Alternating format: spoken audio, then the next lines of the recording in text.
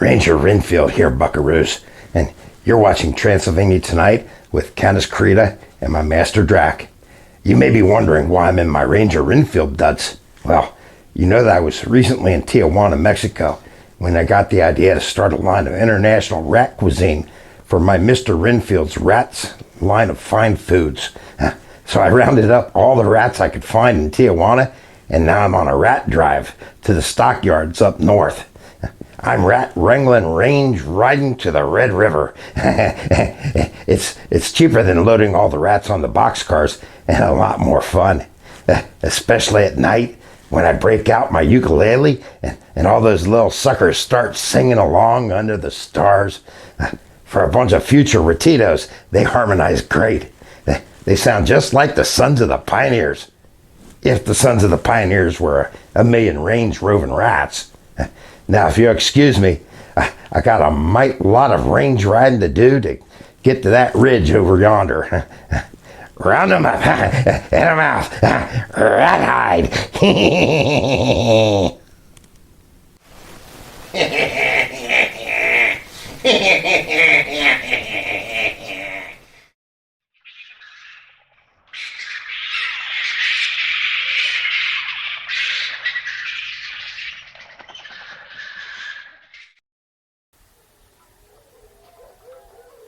I'm Countess Carita, and welcome to Transylvania Tonight.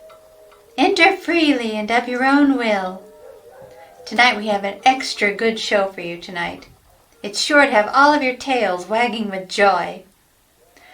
All except Drax. Drax in the doghouse. Do you know what he did? Last night he flew into the village and drank the innkeeper's daughter. Now the innkeeper's daughter was a beautiful buxom girl, and I do mean was, past tense. Now I don't mind that Drac drank a beautiful buxom girl. He has to eat, I know that. But the innkeeper's daughter was the best seamstress in the whole village, in the whole region, honestly. And now, thanks to Drac, I'll have to fly all over the place to find someone to do alterations for me. So, anyway, here to tell you more about tonight's show is the Lord of the Doghouse, my cur Drac. Oh, thanks, honey bat. Yeah, Carita's mad at me.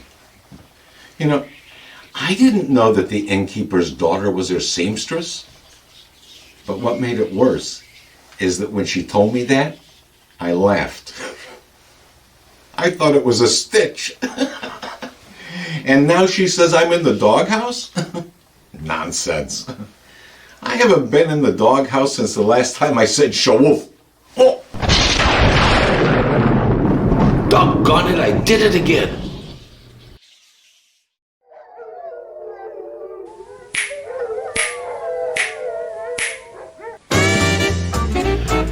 Not even close to being live from the Borgo Pass, it's Transylvania Tonight with your hosts, that award-winning King of the Vampires, Drac, and Countess Carita, the darling of the undead.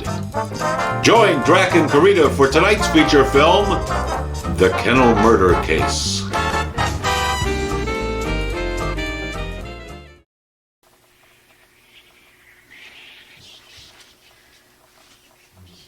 I'm Drac. She's Countess Carita. And welcome to Transylvania Tonight. We have a great show for you tonight. We have a great show for you tonight. Let's get things started with a trip down to Cupcake's Cartoon Cottage. Would you like that, Drac? Would you like to watch a cartoon? Oh, doggone it, I sure would, Carita. Yeah, I thought so. So, let's go to Cupcake's Cartoon Cottage right now.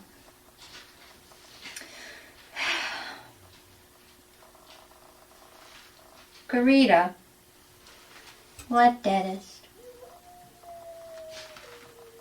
Am I a bad dog? Yes, Drac, you're a very bad dog. Now change back. Oh, doggone it, I'll try. Don't try, just do. Okay, Yoda. Oh, Drac, Drac, Drac.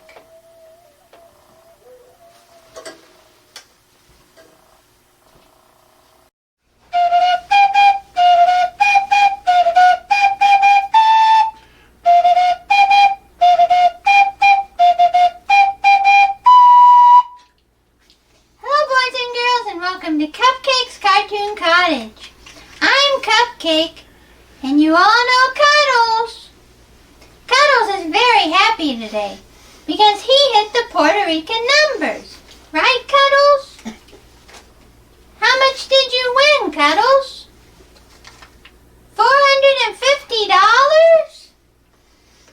What do you want to do today, Cuddles? Go drinking? I don't think we can do that today. What else should we do?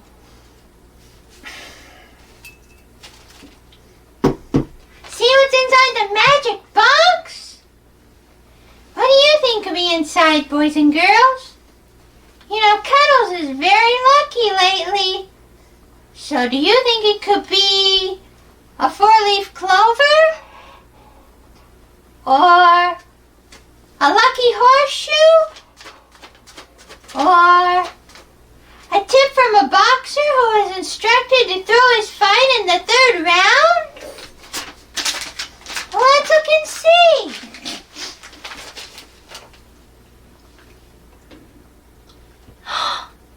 It's a cartoon! Let's watch it now, boys and girls.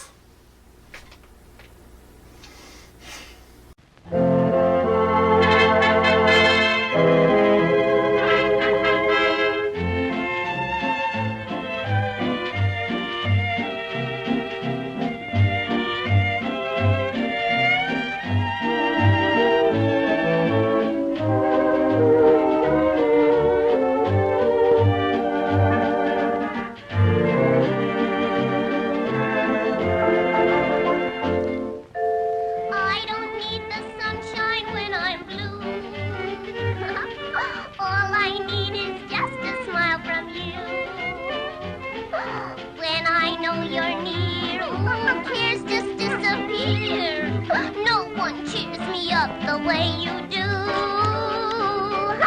Little pal, you won a spot in my heart. What would I do if we should part? Little pal, I know if I need a friend, true to the end, I can depend on you. Little pal, don't ever wander from me. Say that we'll be pals forever. We'll stick together in rain or in shine. Little pal of mine.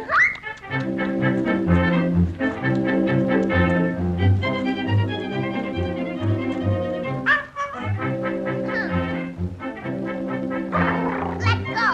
Let go! Oh dear, oh dear. Oh.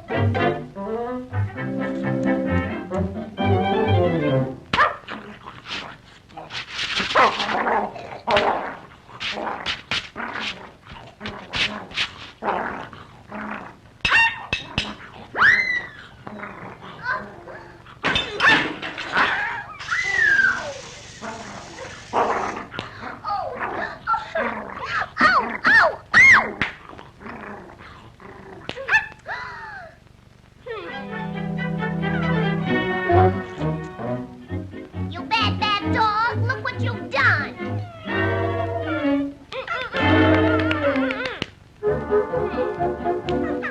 Just for that, you go home. Go home. Go home. Go home. Go on home.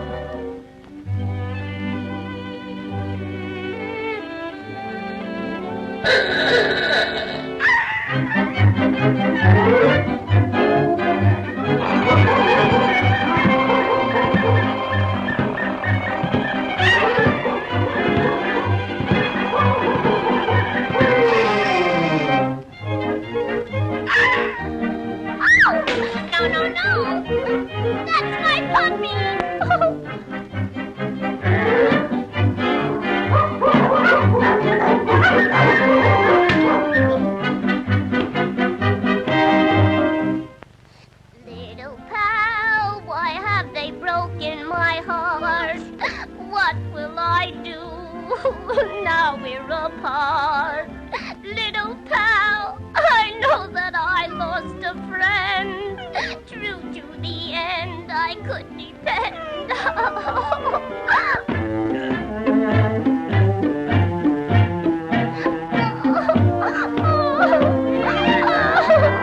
No, no, no.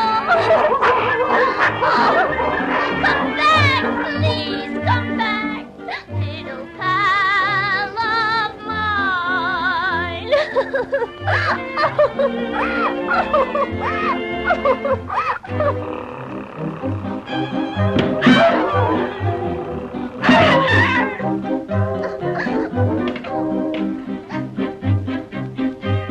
Oh, my poor puppy.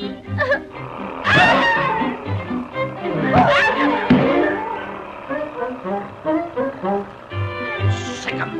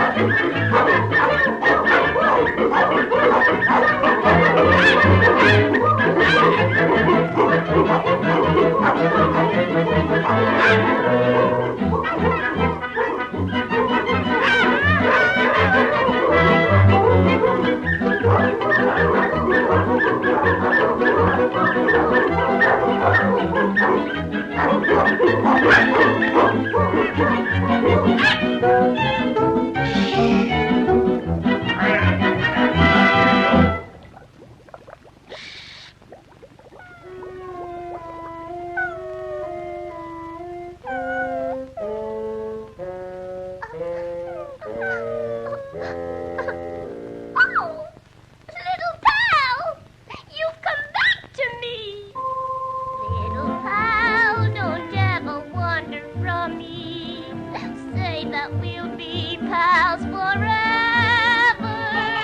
We'll stick together in rain or in shine. Oh, little pal of mine.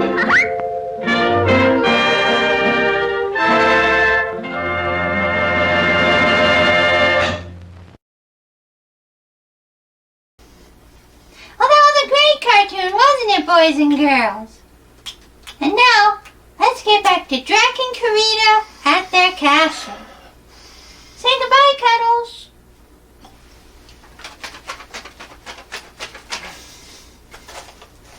So how much money did you win on the Puerto Rican numbers, Cuddles? $450? Okay, let's see. $450, and you owed me $4,500. So 450. You still owe me $4,500. How can you still owe me $4,500? Well, you see, this $450 you just gave me, it covers the VIG. You know, the vigorish, the interest on the loan, the VIG. You knew the terms of the loan. And Cuddles, you're going to owe me another $450 next week. So you better win big at the track. 'Cause I wouldn't want to break your legs, Cuddles.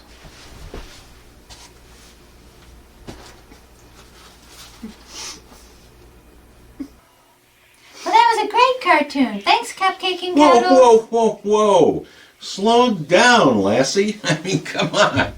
We have to start the show. I'm Drac. She's Countess Karita. You've already done that. Huh?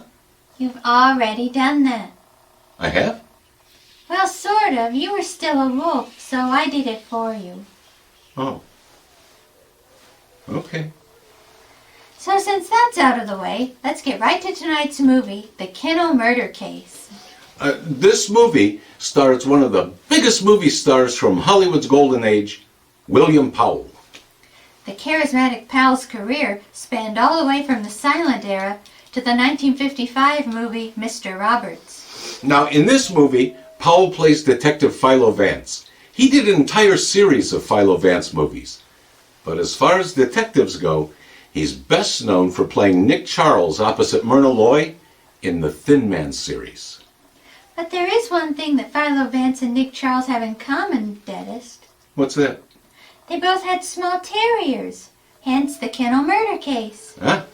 Well, there you have it.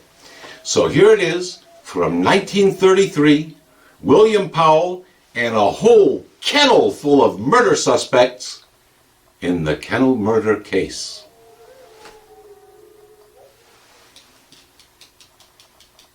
Drac. The next time you turn into a wolf, I'm going to have you dewormed. Huh? The old-fashioned way.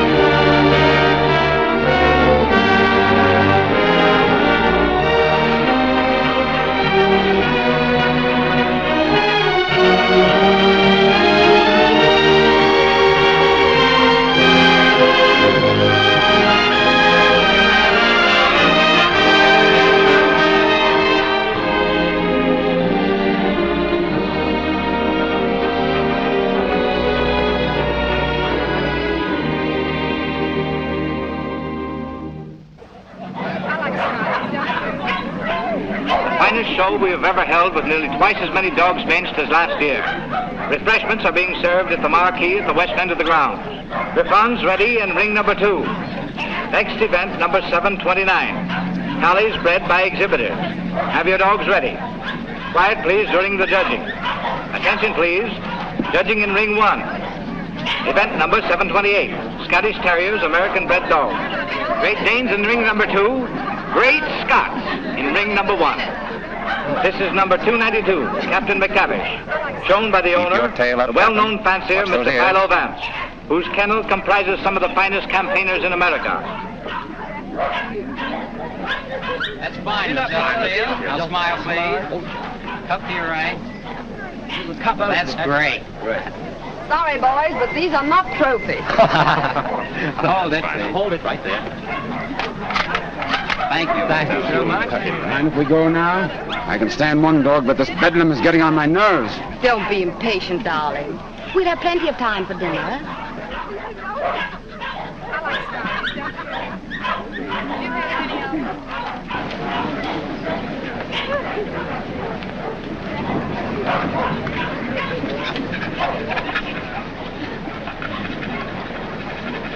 Hold it, 2.5. So. Event number 728. The blue ribbon won by Gillespie of Heatherstone. Dundee Deviler is runner-up, and Midlothian Gentleman receives the special. Better luck next time, Mr. Vance. Don't be downhearted, Captain. You're still champion with me. Maybe we'll have better luck in Italy, huh? Tough luck, Vance. I was hoping to have the pleasure of meeting you tomorrow. Oh, thank you very much, Mr. Cole. Perhaps you'll get stiffer competition from Sir Thomas MacDonald. Perhaps. Want to borrow Misty Morn for a second? But, Miss Lake, you know, Mr. Hart, you don't want Eamon to bully his dog. Come along and protect him if you like.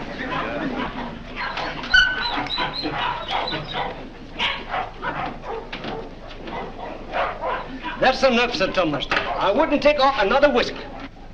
I think you're right, Sandy. Get ready. Hold it. Thanks. There you are, Gilly, laddie. Hello, Hilda. Hello, Tom. Well, what's the idea? Thought we'd do a little private judging. I don't imagine your uncle would particularly approve of this. I'm sure he wouldn't. Hold him a minute, Sandy. Let's take a good look at him. All right. Come on, let's see. What your tail?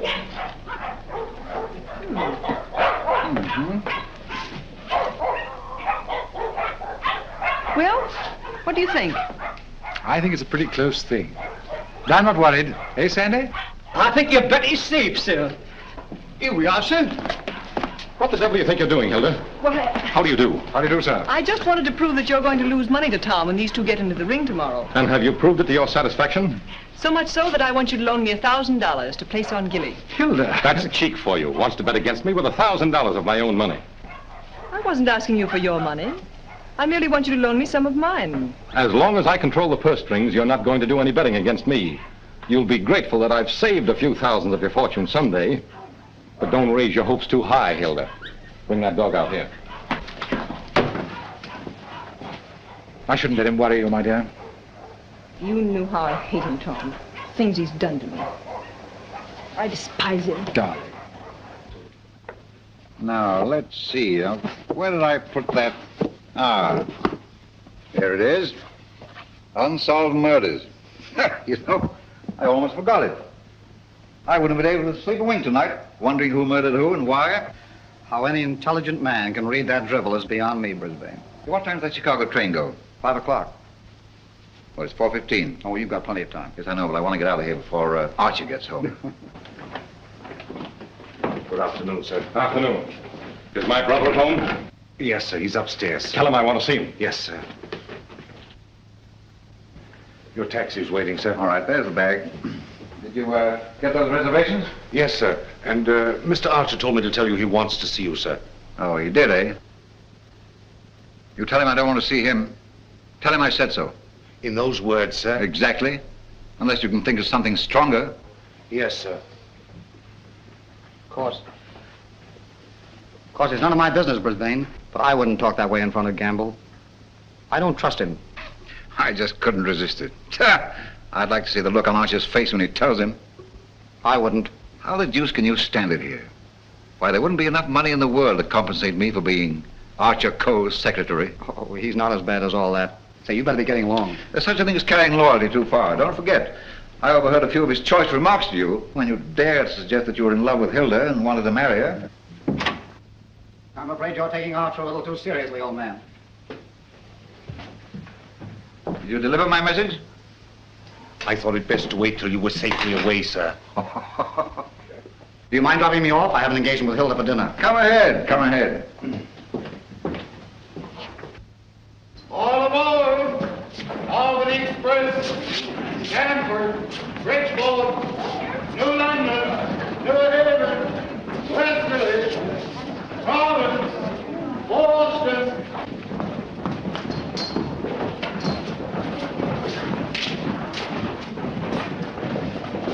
Here is Sir Thomas MacDonald new. What's the matter, Sandy? Something terrible's happened, sir. Gilly's gone. What? And I cannot find him. They've taken him off the bench, sir. Well, he couldn't have got loose.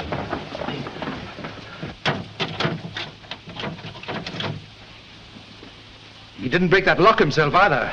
I haven't been away from that dog for 10 minutes all day, sir. I just went into the restaurant to get a wee sandwich, and when I come back, he was gone. Sir Thomas? Yes? I think we found him, sir. Where? Out in the alley, sir.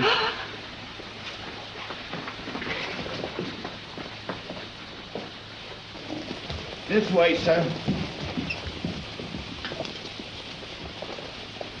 Gilly, he's dead.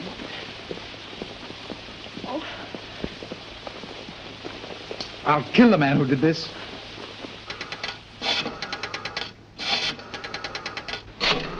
Listen, Tom, you mustn't do anything until you're sure, please. I've got my own ideas. Oh, I know Uncle Archer's mean and cruel, but I can't believe he'd do a thing like this.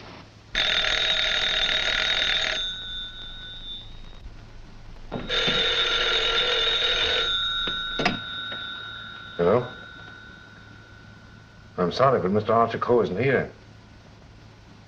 Your dog dead? Oh, I'm terribly sorry. I'll try to locate him at once.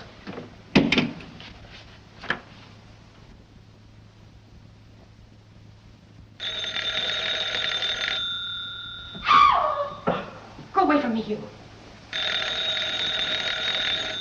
Get out of here. Get out. I suspected it when I saw you together this afternoon. You're nothing but a two-timing... Get out of my apartment. Get out. From now on, it is your apartment. All yours. I'm getting out for good.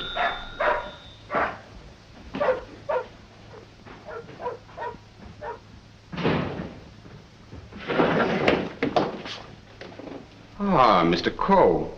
My dear friend, Yes, I see you are. Pardon? Yes. Oh, I am, how do you say it, tanto allegro. I came to see you.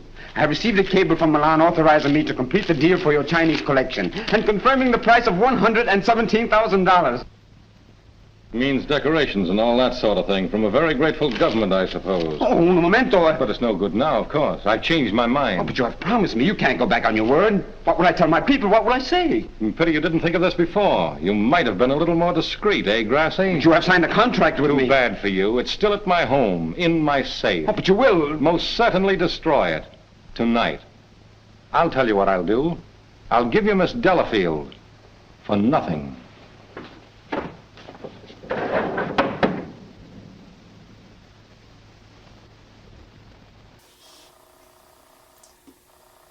Those of you that follow us on Facebook may already know that Drac and I recently celebrated our second wedding anniversary. Yeah, and we'd like to thank all of you who congratulated us. You know, that means more to Carita and I than you could ever imagine. And in celebration of our anniversary, I've got a present for Drac. A present? Mm-hmm. Well, gee, Carita, I didn't get you anything. Yes, you did. I did? What did I get you? We'll talk about that later. Now let's focus on your present. Okay. For our anniversary, I commissioned a brand new portrait of Drac. Oh, you did? Mm-hmm. I really think this one captures you perfectly. I think it's the best painting that's ever been done of Drac. Are you ready to see it? Well, doggone right I am, sure.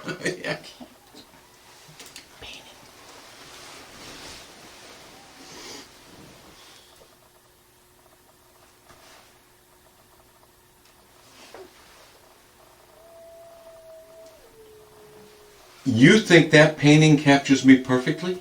I do. But Carita, you had me painted as a wolf. I know, aren't you adorable? Look at those eyes. But Carita, you had me painted in wolf form. I think it's adorable. Now, let's get back to the show.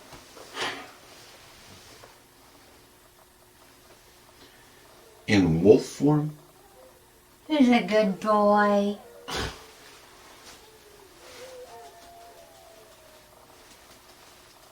think you need another flea bath. Huh?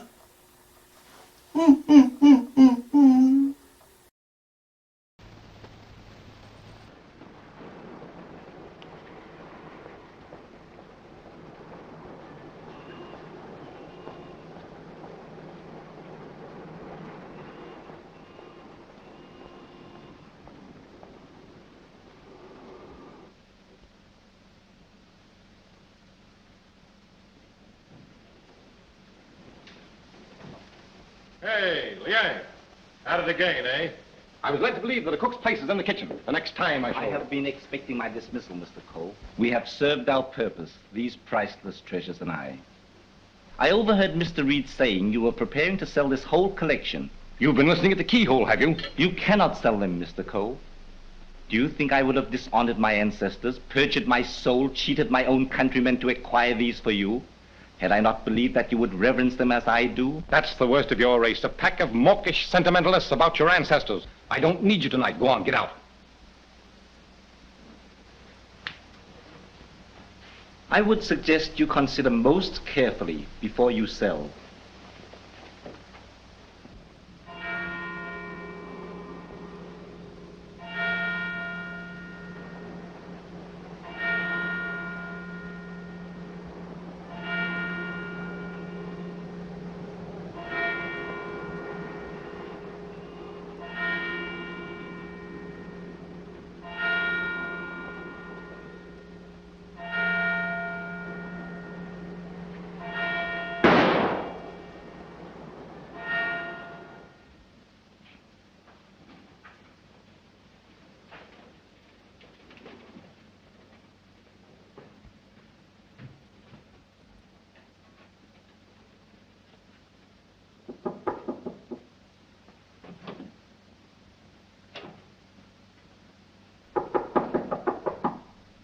Mr. Cole.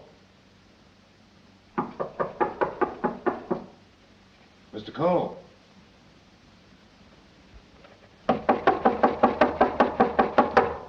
Breakfast, Mr. Cole. Breakfast.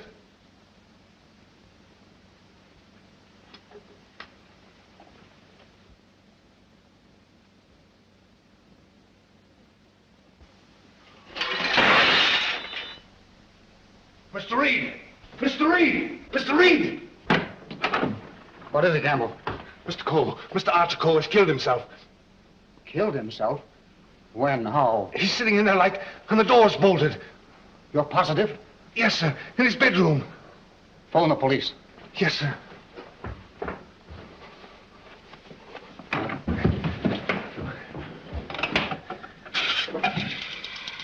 Hello? Give me police headquarters, quick. Homicide, Sergeant Miller speaking. Now, wait a minute, I don't get you. Take it easy. All right, let me get worse. Suicide. Suicide? Wait a minute, you're not going to run out on this hand. Yep. Who? Archer Cole, 98 East 71st Street. Okay, I got you. Is that it, Sergeant? Yeah. Well, goodbye, Ernest. Sergeant Heath to you, Cub. Kick in with that 6 bits. Oh, relax, will you? This is your case, Sergeant. You better get the boys out. 98 71st Street? That's right. All right, come on, Snip. Tell Dr. Amos to hurry right out to 98 East 71st Street. Did you say east, Sergeant? East, yes. I got it. Daily Mail? Give me a city desk. Calling car 18, car 18. Oh, times? Charlie Adler. 98 East 71st Street. Last night, Archer Cole committed suicide. Proceed immediately and call your station for instruction.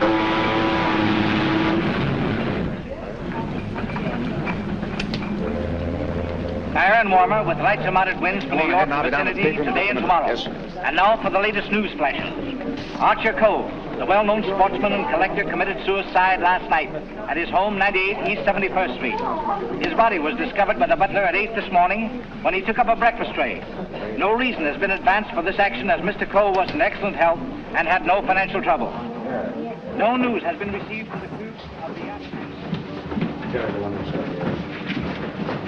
Is the land phone still connected? Yes, sir. But it will be disconnected in about 2 minutes, sir. I see.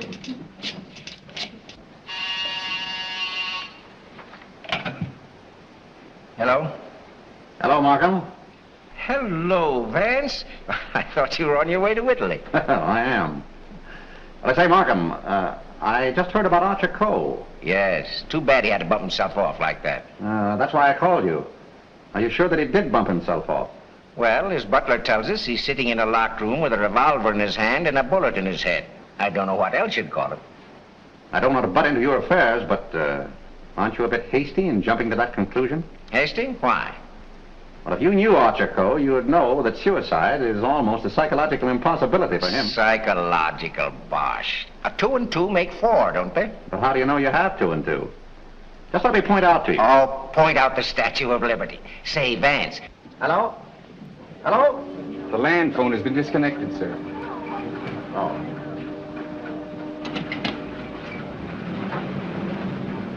Will you have my luggage brought up? Yes, sir. Steward. Just have them send it ashore. I've decided not to sail. Sir? Vance, you've been right about a lot of cases in the past, but I can't help smiling at you getting off that boat and giving up a swell trip all because of a hunch. As a matter of fact, Markham, it was more than a hunch. Huh? It just so happens that I talked with Archer Coe only yesterday. What? Where? The Long Island Kennel Club. You know, I can't conceive of a man on the verge of suicide being very deeply concerned over winning a championship at a dog show, can you? No. What do you mean? Simply this. As late as yesterday afternoon, Archer Coe was looking forward with the keenest anticipation to winning a blue ribbon from Sir Thomas MacDonald today. Sir Thomas MacDonald. Say, wasn't it his dog that was found dead last night?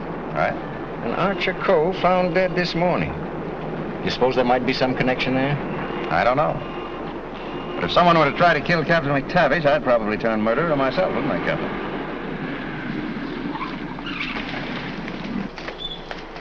Hello, Mr. Markham.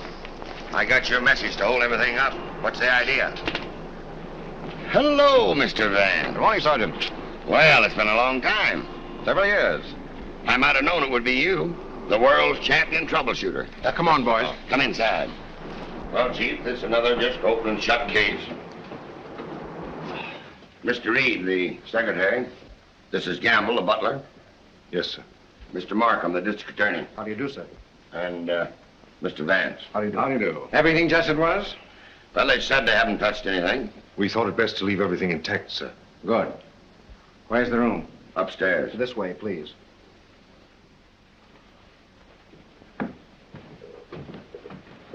You've been in Mr. Coe's service long? About 3 months, sir. And before that? Why, unfortunately, I was unemployed, sir. This is it, sir. Yep, he's there, all right. Just like I told the police on the phone. I tried the door, found it locked, looked through the keyhole, and there he was, dead. I think this is a job for you, Sergeant. Certainly, Mr. Vance.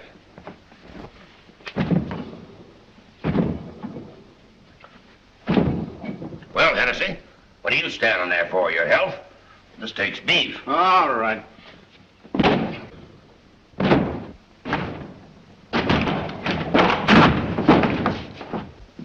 Congratulations, Sergeant. What is this, a bedroom or a museum?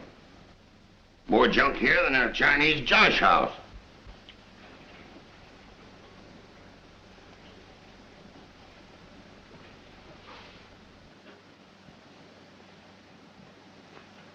I trust I did the right thing, sir, by not breaking down the door. I realized I could be of no help to him. Oh, he's been quite dead for hours. Bumped himself off, that's plain enough. Certainly looks that way, Vance. I'm afraid your trip was spoiled for nothing. I think not, Markham. This may prove far more interesting than a trip to Europe.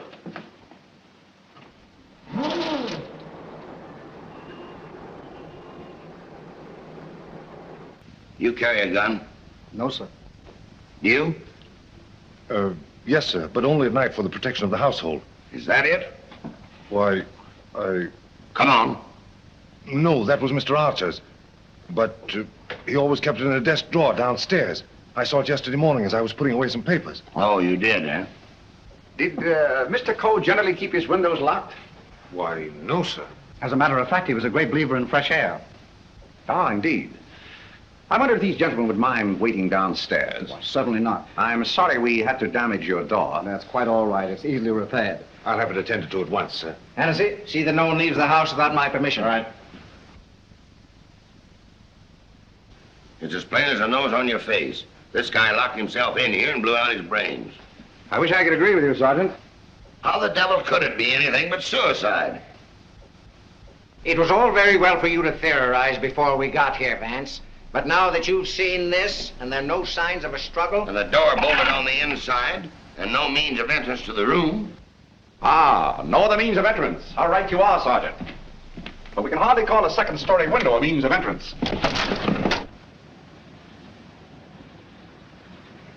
And nothing here that even a human fly could crawl on. So why should Archer Coe lock his windows? Particularly if he was a fresh air enthusiast. I'm afraid your reasoning is not altogether convincing. Well, perhaps so, but Doesn't it strike you as rather odd that a man should suddenly decide to commit suicide while changing from his street clothes to pajamas? Well, why not? A man debating suicide might get partially undressed and walk up and down for hours trying to make up his mind. Yes, he might walk up and down for hours, but not with one shoe half off. No, Markham. Something stopped him as he was removing that shoe. This was supposed to suggest suicide, but someone miscalculated. But you can't get away from that bolted door. I wish I could. The way you figure it out, the man was murdered. As soon as the killer is gone, he gets up, goes and bolts the door, plants himself in a comfortable chair with a loaded gun in his hand to suggest suicide. That's a swell theory.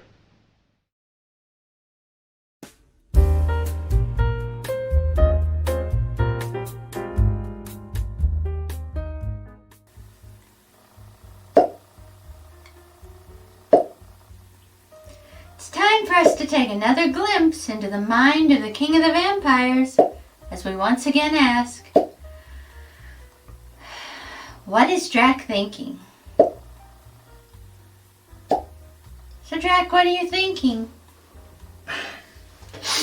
Well, you know, Carita, they say that the Big Bang happened over 13 billion years ago. And? And that as things began to cool down, life evolved out of the primordial soup. And? And? Have you ever tasted primordial soup? No. Me either. I wonder what it tastes like. I wouldn't know.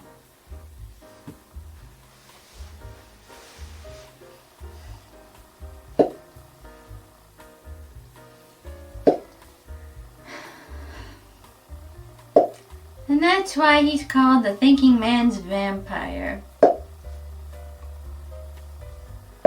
Join us again next time as we take another glimpse into the brilliant workings of Drac's mind on What is Drac Thinking? Carita, Yes? could you do me a favor? What's that? Well, next time you go to the store, could you pick up a couple of cans of primordial soup? I'd like to try it. Yeah, okay. Thanks. Sheesh.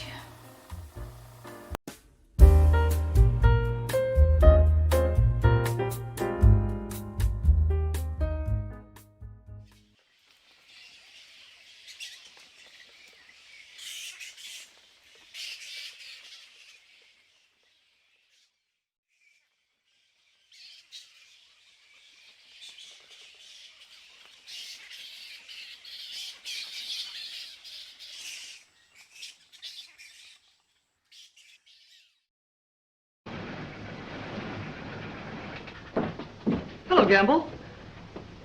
What is this? What's happened? Something terrible has happened, Miss Lake. Hilda. What is it, Raymond? What is it? It's your Uncle Archer, Hilda. He killed himself last night. Where? They're upstairs.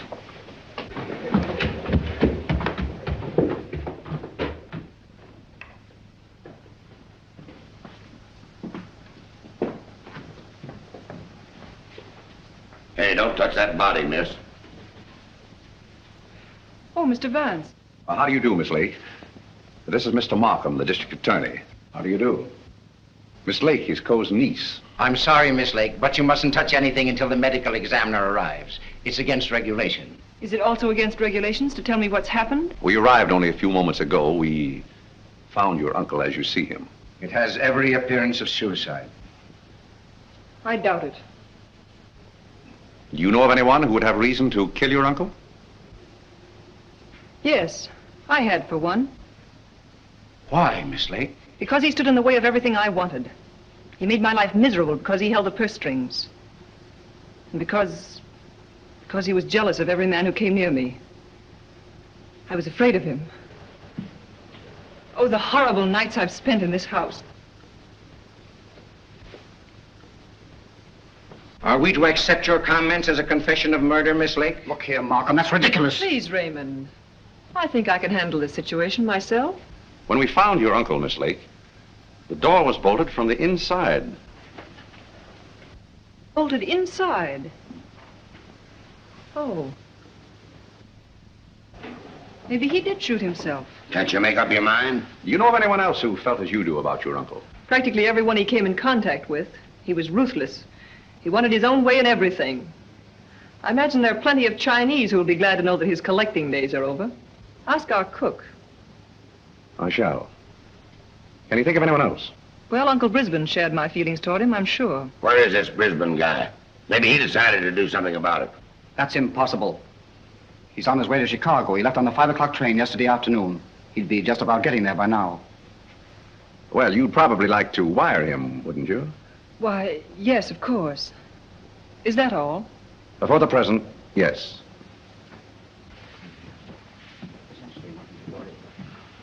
Suppose we check up on Uncle Brisbane on that Chicago train. Won't take me but a minute.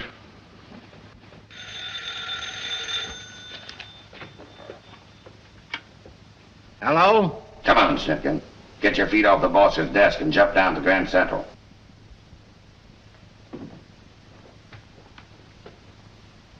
All right, I get you.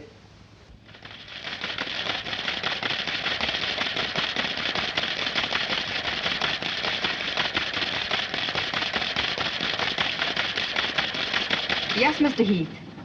Langham Hotel, Chicago? Yes, sir. I'll rush the call. Hold the while, please. Oh, yes, Mr. Heath. You're expecting Mr. Brisbane called this morning. Oh, yes, he wired for a reservation last night. Thank you. Goodbye. Yep. He took the 5 o'clock train, all right. Good. You know, there's a few things I'd like to find out about this girl, Hilda Lake. Why are you always trying to check up on me? I'm not trying to check up on you, Hilda. I want to help you. Well, you know how I feel about you. You know that I love you.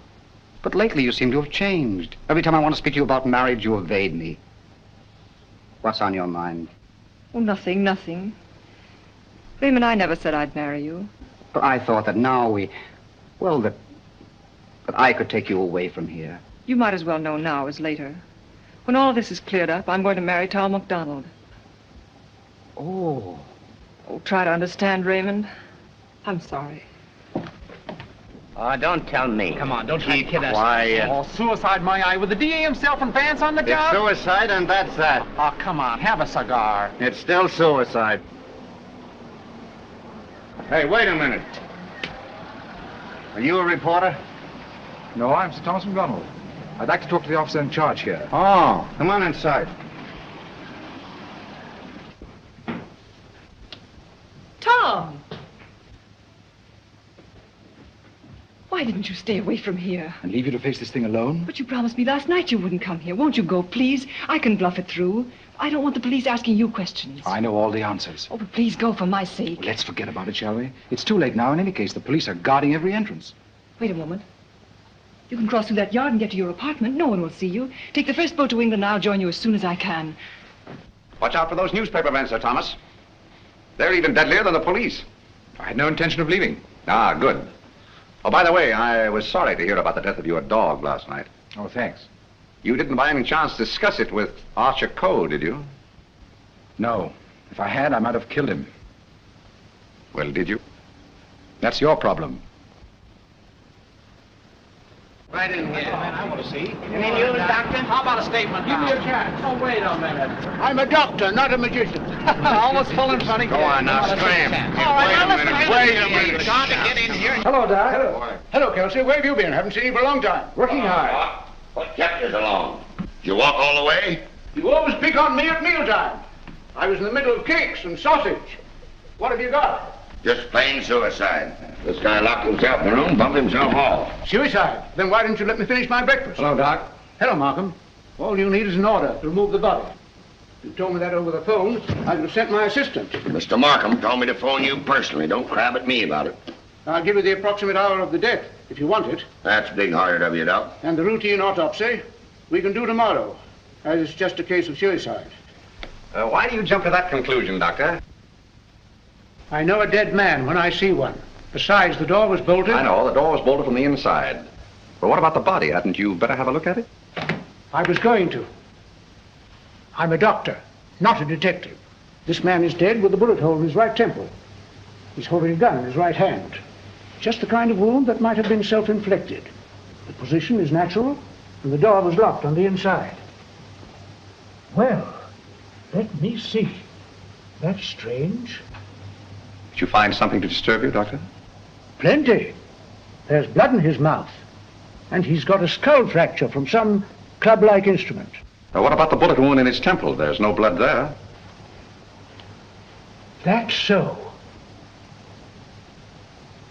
Gentlemen, when that bullet entered this man's head, he had been dead for hours. Can you place the time of his death? I'd say from 8 to 12 hours ago. Would you say that the revolver was placed in his hand before rigor mortis set in? Here. Did he die from the effects of the blow on the head? No. Probably rendered him unconscious for a while, but that wouldn't have killed him. Not powerful enough. The blow didn't kill him, the bullet didn't kill him, and yet he's dead. Suppose we try to find out just what did kill him. Glad you thought of that, Mr. Vance. It's not a bad idea.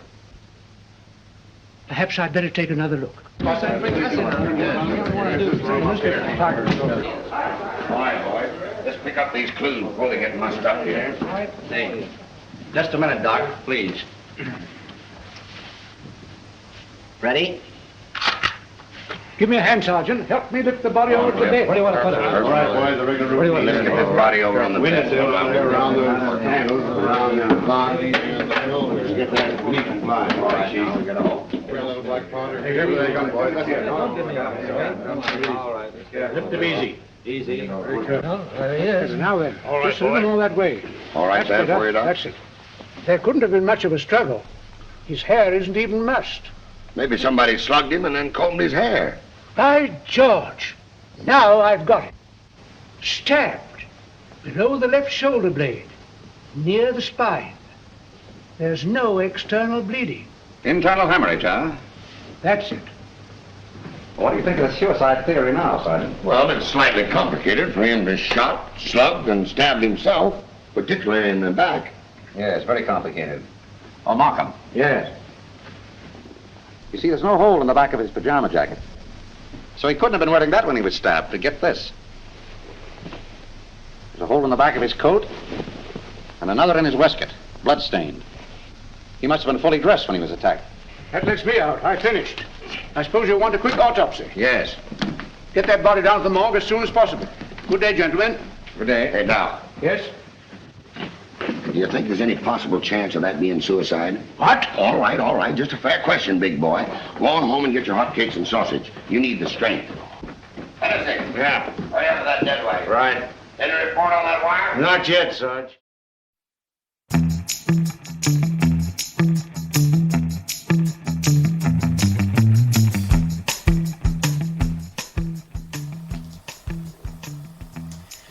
Hey, Jack Torrance here, manager of the beautiful Overlook Hotel.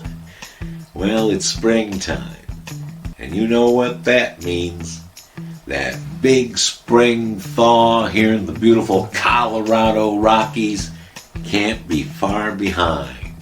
And further, that means that if you had friends, relatives, or other assorted loved ones that were booked in here at the Overlook for the winter season, it's time to start making the arrangements to come and pick up their remains.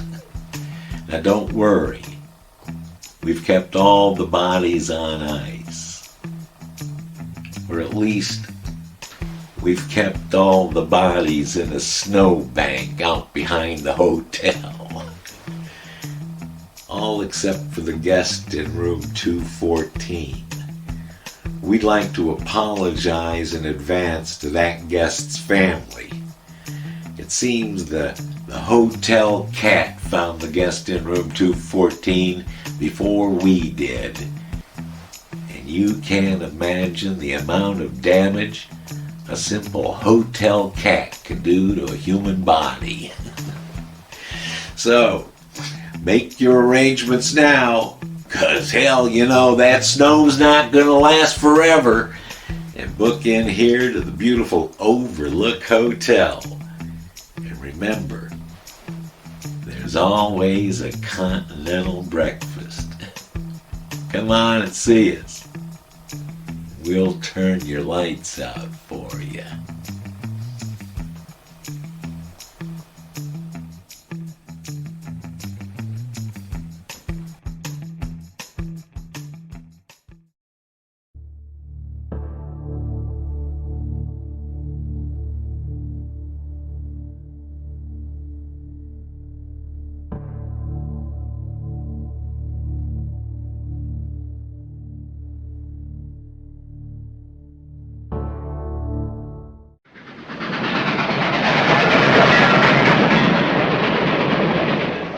Send a wire to this guy Markham, 98 East 71st Street, New York City, and tell him, Brisbane Co. not aboard this train. Wallace, conductor, train number 7. Sit down.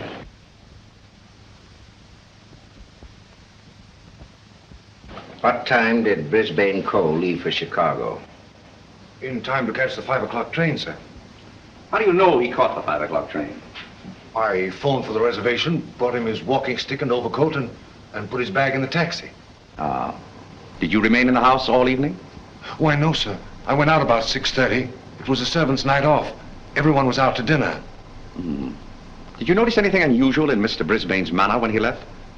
Oh, now that you mention it, he was distracted and very irritable.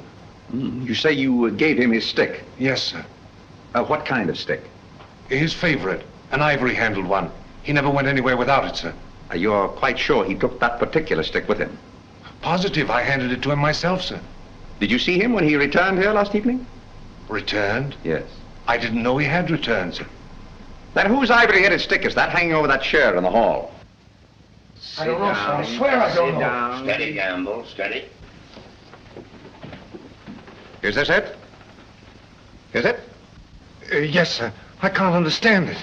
I suppose you saw nothing of his bag. Why, no, sir. Well, if he brought his chain back here, what did he do with his bag? Very good, Sergeant. That's just the point.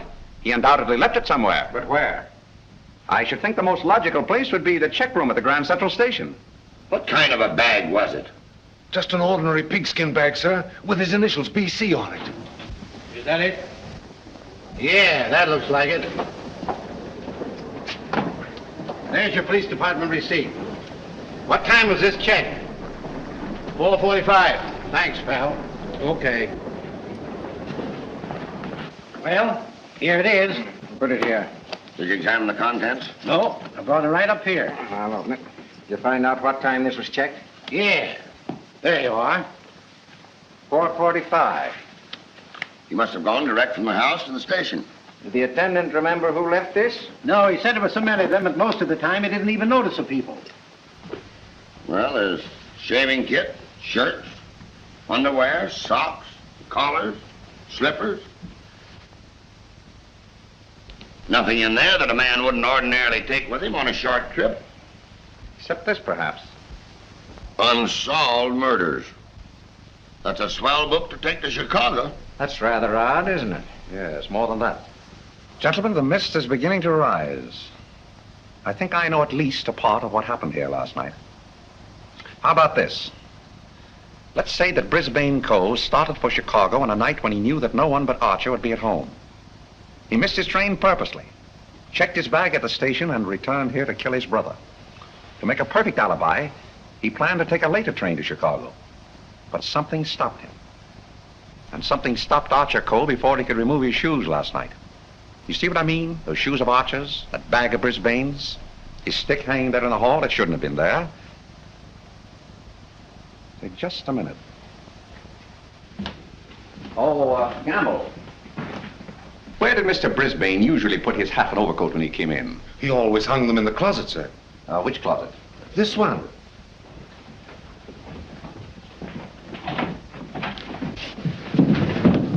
Oh!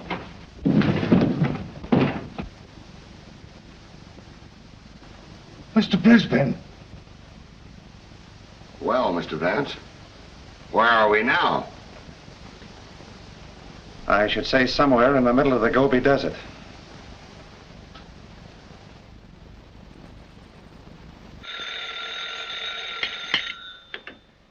Hello. What? Again? I'm right in the middle of my lunch. First you interfere with my breakfast, then you ruin my lunch. Don't you boys ever eat? No, I'm on a diet. Oh, all right. Hello. All right, I'll attend to that later. Hit me the wagon and the fingerprint gang.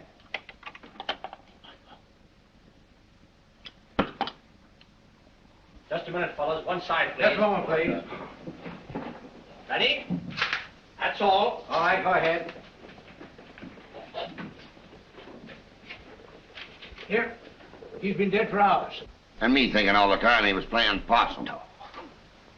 Well, there are too many people in the world anyway. Mr. Vance, this is just ordinary junk. I'm afraid so. And I'd rather hope for something important. Which one of the two victims died first, Doctor? Archer Coe, I think. This one a little later. And the weapon? The same, sharp and narrow. Second. Tag and list these. I think I better fingerprint everything inside and outside here. Right, Captain. Hennessy. Yes. Look for a sharp, narrow weapon. Right. Found something? Why, it looks like fishing tackle. It's tackle, all right, but not fishing. Markham, we're dealing with a shrewd brain. The technique of this crime was very cleverly worked out. But something went wrong. Sergeant, here's your order for the removal of the body. Thanks, Doc. So long. I want food. Well, nobody's stopping you. And if you've got any more corpses, bring them out now, will you? I can't be running up and down here all day. What do you mean running up and down all day with that swell car the city gave you? Oh. Nothing upsets the doctor.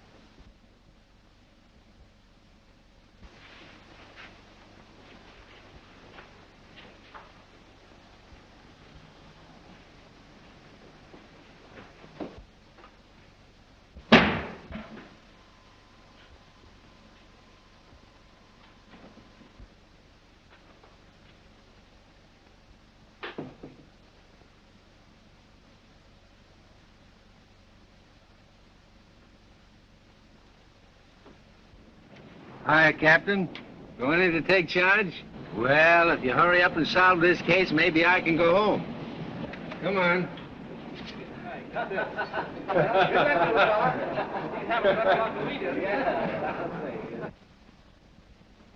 I can handle everything if I don't get too much interference. Oh, Markham. Yeah? You're just in time for a demonstration. I think I can show you how Brisbane Coe used this fishing tackle. He started for Chicago merely to provide an alibi. He had other plans in this room. Watch this. Notice the bent pin which is hooked on the bolt handle? This is attached to the string I am now pulling through the keyhole. If you follow the string, you will see that it passes around a pin in the wall. This acts as a pulley, and is also attached to a string passing through the keyhole. You see, the bolt is now being forced into its socket. On my word. I now pull the first string through the keyhole, and then the second string. And with it comes the pin, leaving no evidence. Now let me in. It worked? Yes, it worked. Well, that explains that then. Very clever. It could have been done that way, but if Brisbane killed Archer Coe, who killed Brisbane and hung him in the closet? Why did he do it? That's what we want to find out, isn't it? Exactly. Yeah. Gentlemen, two persons planned the murder of Archer Coe. Two? What? But their paths crossed. Brisbane was one of them. The other? I've got it. The Chinese cook. They're full of those tricks. Forget this. Dr. Doremus said that Coe was struck over the head with a blunt instrument. This poker would answer that description, wouldn't it? Yes. And that certainly looks like dried blood. It certainly does. But what about those short, coarse hairs? They don't look like Coe's. No. Well, Mr. Vance, why didn't you find that when you looked in there this morning? It wasn't in there this morning. Besides, it doesn't belong in this room. It belongs downstairs in the library. The Transylvania Little Theater Community Players present Count Dracula and Countess Carita in a new play written by Count Dracula. I don't want to talk about it. Here are some scenes from I Don't Want to Talk About It.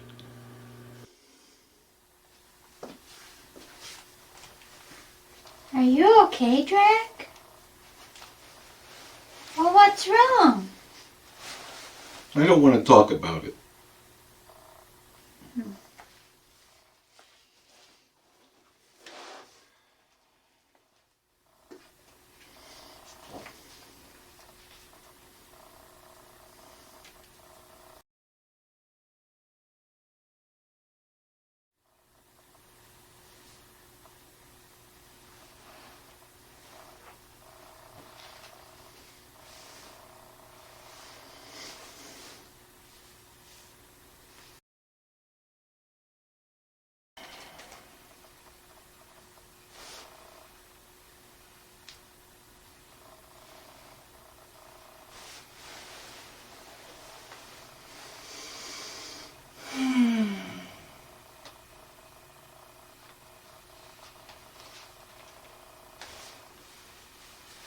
See the Transylvania Little Theater Community Players production of a new play by Count Dracula, I Don't Want to Talk About It. Tickets are available now. Operators are standing by to take your order.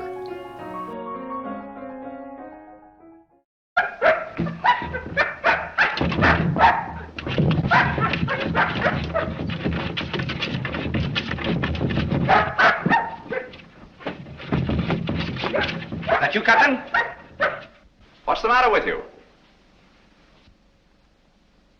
What is it, Captain? What is it, Captain? You're all down here?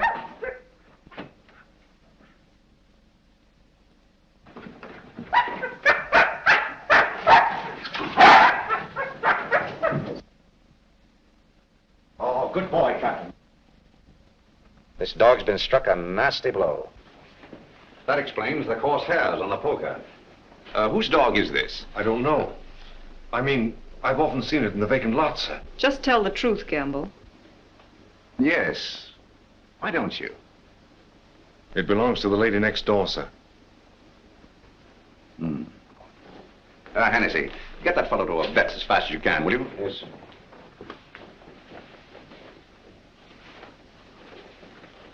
Easy, easy, easy, boy. Easy. Now, Gamble, let's have the name of the lady next door. Doris Delafield. Yes, I'm Miss Delafield. Won't you sit down, gentlemen? Thank you. I'm sorry I didn't win you a trophy at the dog show. You're quite a fancier, aren't you? Yes, somewhat. I'm interested in one of your dogs, the Doberman. You mean Figaro? I wonder if I could have a look at him. I'm terribly sorry. You know, he slipped his leash last night and ran away. I've notified the police. My maid's been scouring the neighborhood trying to find him. Well, did she inquire at Mr. Coe's house next door? Well, I don't know.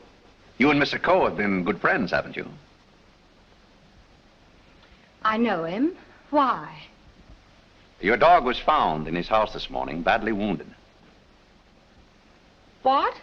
Have you any idea how he got there? No. Do you suppose he would follow someone into the house? Well, I hardly think...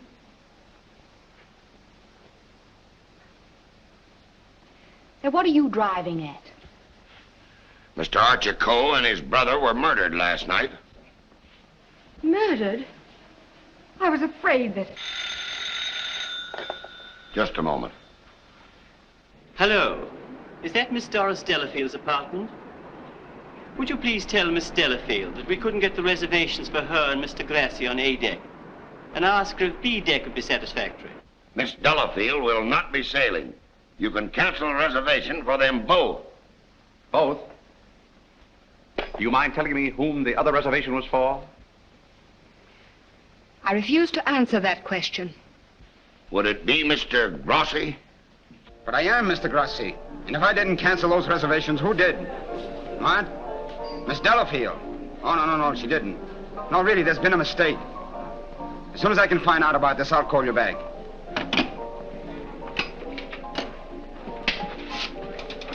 I don't think you'll find Miss Delafield at home just now. And as for the cancellation of your steamship reservations, we regret very much that it was necessary. Who are you? This is Mr. Markham, the district attorney. Oh, I'm honored, but I'm afraid I don't quite understand. It's about this. As a matter of fact, Mr. Coe didn't commit suicide. He was murdered. Murdered? Would you mind coming along with us? Just a little matter of comparing fingerprints. No, not in the least.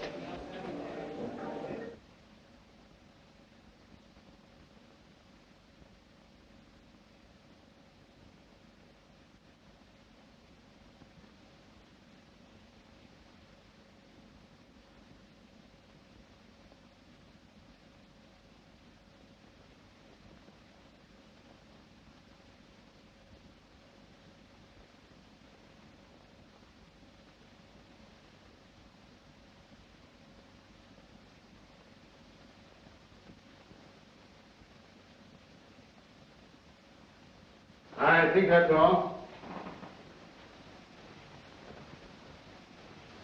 Found anything yet? The one taken from the doorknob is too blurred for identification, but this one is very clear. It appears to be that of Liang, the Chinese cook.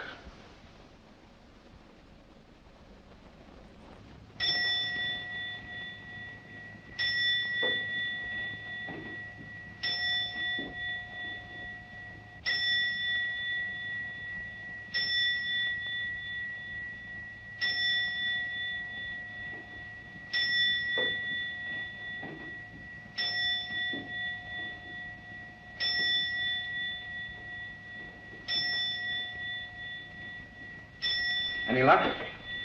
No, not yet. Well, it must be here somewhere. I'm positive that the dagger that killed the Coles belongs in that sheath. Tired, Markham? No.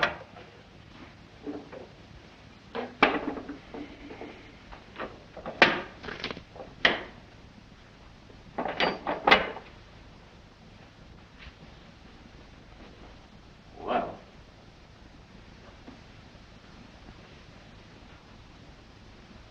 That's strange. What is it? The King Ya vase is missing. It's the most valuable in the whole collection. That's all that's left of it.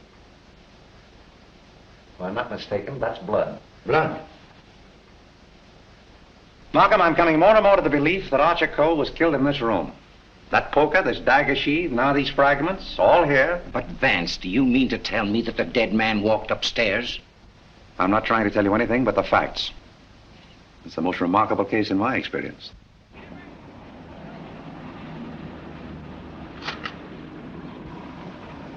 Find anything, Cap? Yes, sir. Plenty.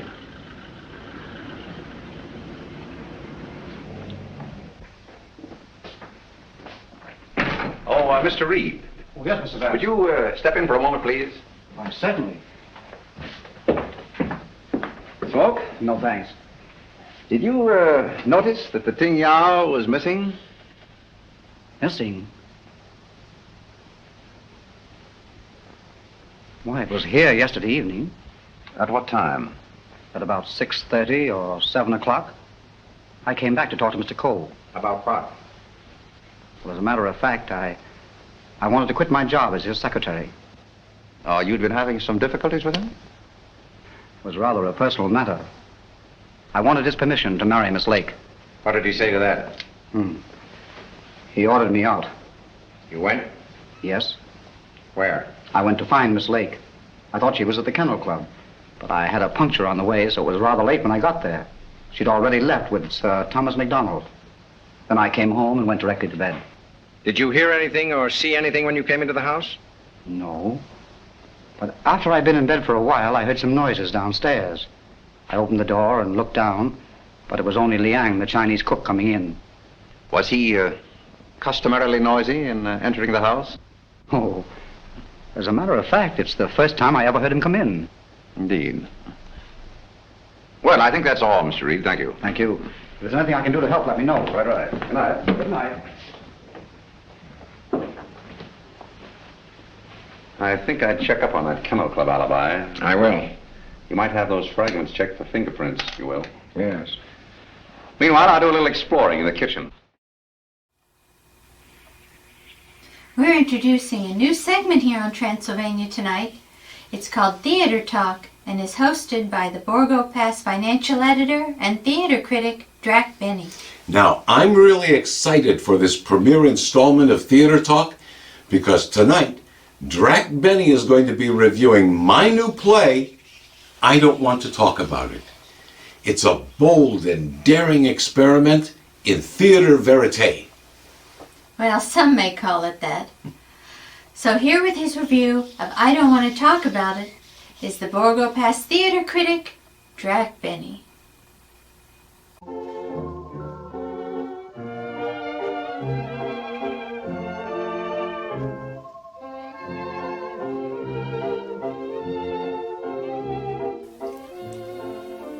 Recently, I was given the task, or chore, of reviewing Drac's new play, I Don't Want to Talk About It.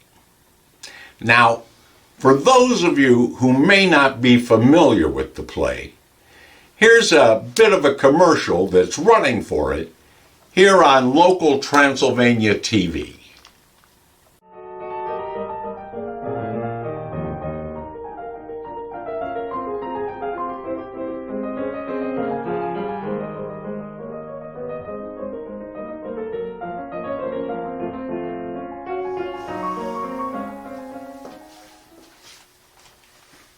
Are you okay, Drac?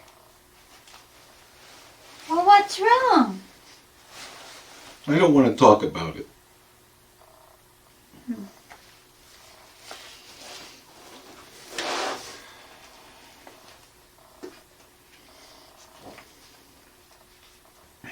Unfortunately, when I attended the opening night of I Don't Want to Talk About It, this is what I saw. Are you okay, Drac? Well, what's wrong?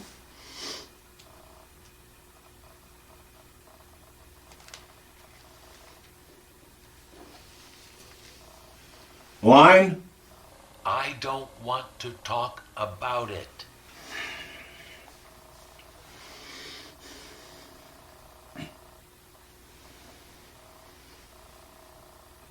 I don't want to talk about it.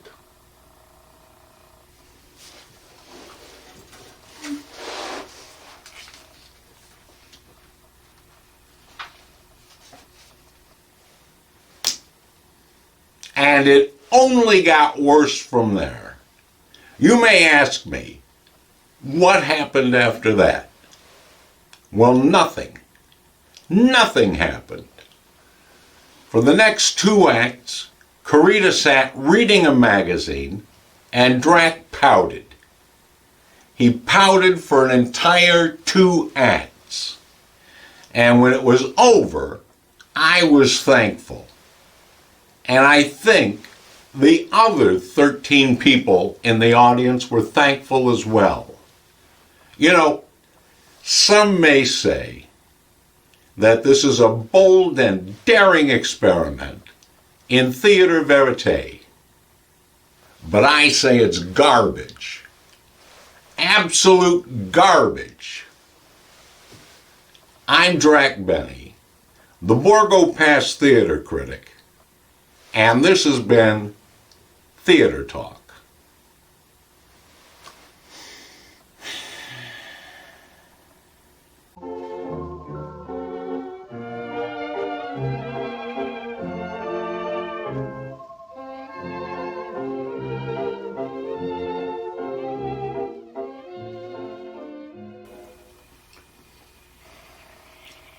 Well, what did you think of that, Drac?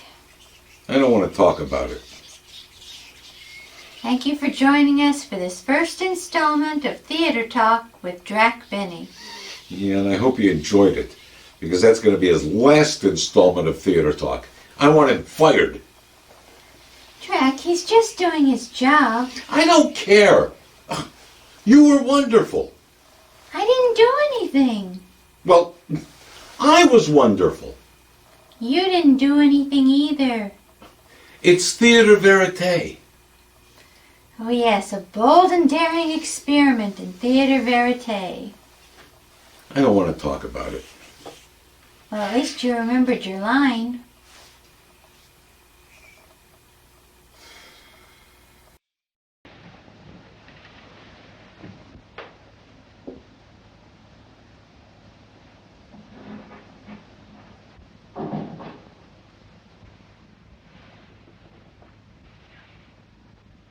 Why, Mr. Vance, I thought...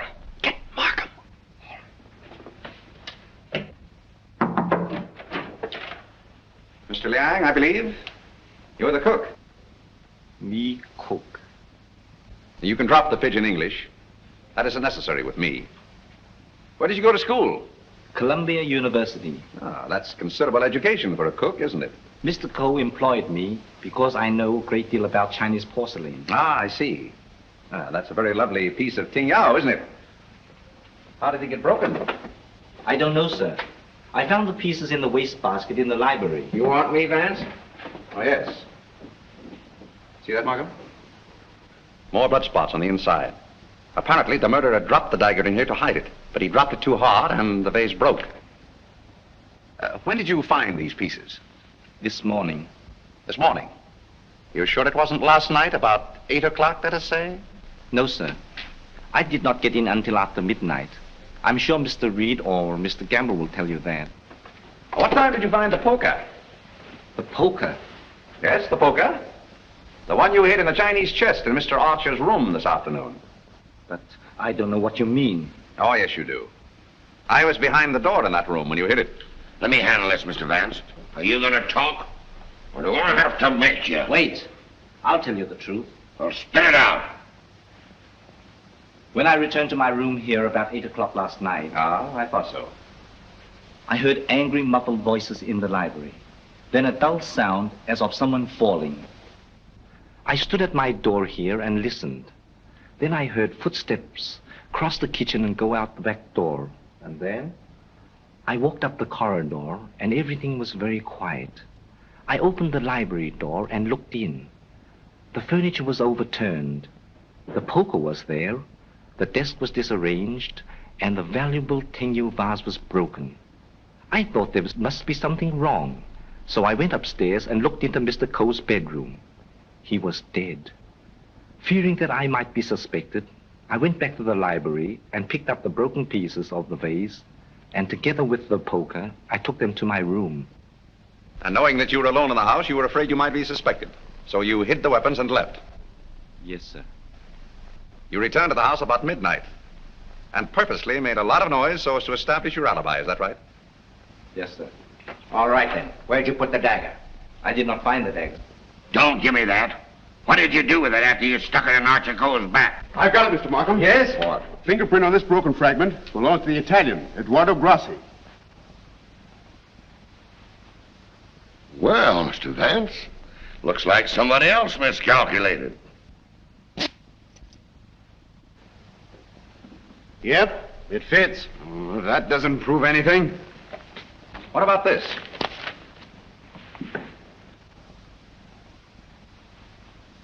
Where did you get it? It was in Archer Cole's pocket. What were you doing outside the drawing room window last night? Why, I wanted to be sure that he was alone. Why? For weeks we had been negotiating for the sale of his collection to the museum at Milan. It meant everything to me. He kept raising the price, but on Monday we came to an understanding. And I cabled the museum that I had succeeded. And last night he turned me down because he saw me with Miss Delafield. Let me explain. Archer was extremely jealous of me. Well, you can't blame him for that. You went there to threaten him, didn't you? Which I had every right to do. I told him I would use any means to make him fulfill his contract. He laughed at me, said that he would smash every piece in his collection before he'd let me have it. So you picked up the poker and did a little smashing on your own account, eh? I did not. Let me have the fragment, will you? Thank you. You know how that was broken? Ting Yao vase? With blood stains on the inside and your fingerprint on the outside. I don't know. Sergeant, I think you better book him. Right. Thank you. Come on. Let's get out of that monkey suit. Let's get going. Come on. Don't worry, I'm not running away. You telling me?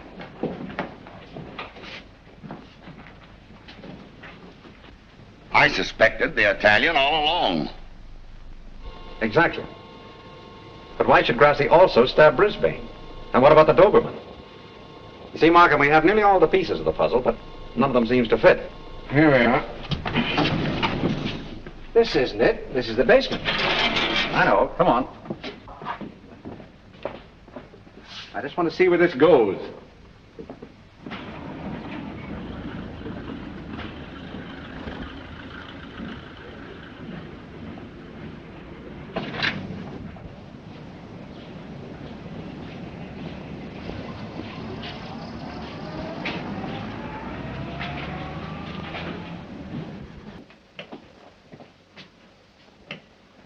Good evening, sir.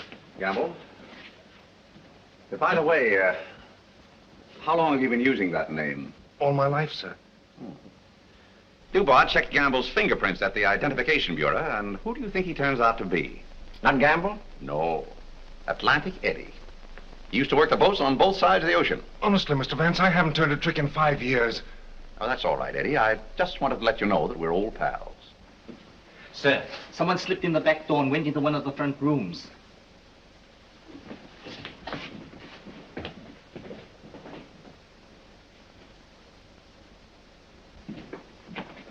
Well, Miss Delafield, Don't be surprised, gentlemen. I'm used to coming in here like this.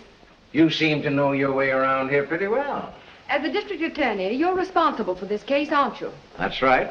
Well, I'm tired of detectives. I'm tired of being spied on. All you want to know is who killed Archer Coe, isn't it? Naturally. Well, I did. What? Yes. And there isn't a jury on earth will convict me when they hear my story. You don't believe me, do you? You were wondering this afternoon how my dog, Figaro, could get into this house. Well, he was following me. He was defending me when he was struck. Well, where did you kill Mr. Cole? In his bedroom. What kind of lipstick do you use? Lipstick? What's that got to do with it? Is that yours? Yes, that's mine. While I was struggling with Archer, my bag dropped on the floor and everything spilled out. Won't do, Miss Delafield. It's an old trick. It's not a trick. I didn't realize that you were so fond of Mr. Grassi. Mr. Grossi has nothing to do with it. Take me down to the station. I'll say nothing more until I get an attorney. Help! Help! Help! Help!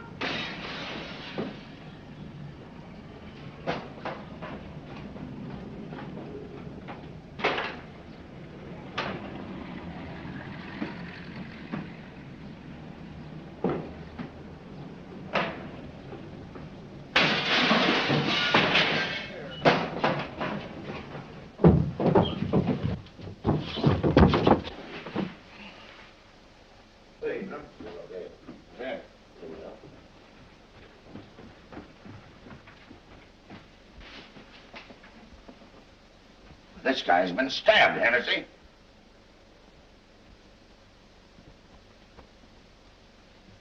Is this it, Mr. Vance? Yes, that's it. Thank you very much. First you spoil my breakfast. Then you break up my lunch. Now you pull me out of bed in the middle of the night. And this fellow not even dead. Why don't you put that in your report, Doc? Of course, fingerprints would never pick up on that silk handle. But it fits perfectly. Where did you find it, Sergeant? Under the bed. Congratulations. That's all right, Mr. Vance. 3 crimes with the same weapon, Markham. Tom, what is it? What's happened?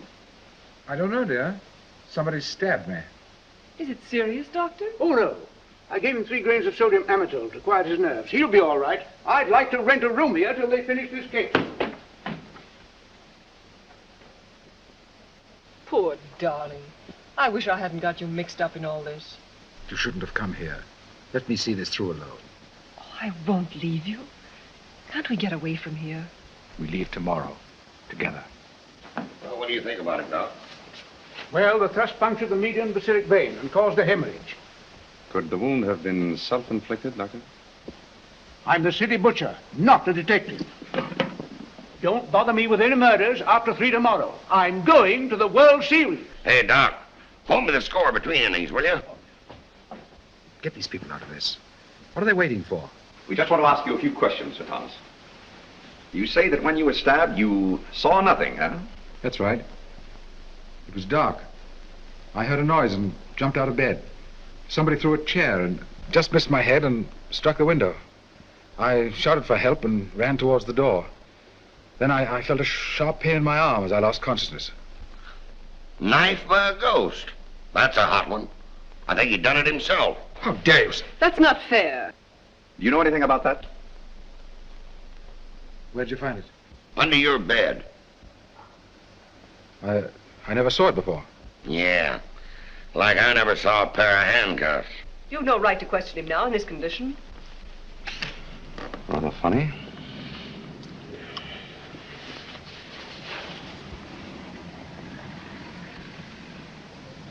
You see what I see in Archer Cole's room? I have a suspicion that whoever killed the Coes came from this house.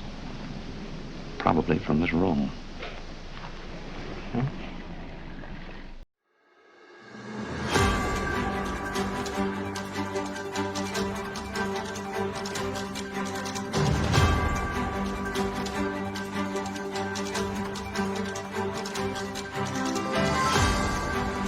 I know what girls want. I know what girls want. They want to touch me, but I won't let... Whoa! I'm Drac, and this is the Borgo Pass Report.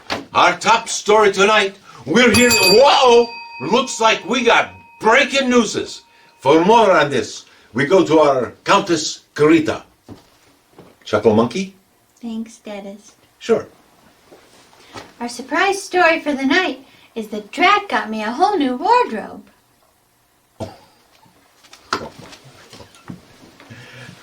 Oh, honey Beth, I'm sorry. I hate to disappoint you. But I didn't surprise you by buying you a whole new wardrobe. Don't be silly, Dennis. The surprise isn't on me. The surprise is on you. Oh. Hey! Where's my wallet? We have even more breaking newses. Who? Drac. What? His wallet is missing. Where? It was in his back pocket. When? Earlier today. But now it's on his dresser. Back to you, Dentist. Thanks, Carita. You forgot how and why. How? I took it. Why? Because I was going shopping and needed his credit cards. Back to you, Drac. Thank you for that enlightening and wallet-lightening story, Carita. In other news, I've got Mr. Redfield waiting on hold for you. Of course. Ranger Renfield's on hold. The hits just keep on coming, don't they? All right, put him on through, Bob. Hi, Master. Hi, Carita. Hello, Renfield. Renfield, where are you? I'm in the Hooskow, Master. Where? Wichita Falls, Texas. How did you get to Wichita Falls? Well, from Tijuana, I cut across Arizona and New Mexico and up through the Texas Panhandle. And what are you doing there? I was on a rat drive, kind of like a cattle drive, but tastier. Of course you were. Whenever you get in trouble, I can always smell the rats. And I almost made it too. When I got arrested, I was just a stone's throw away from the Red River.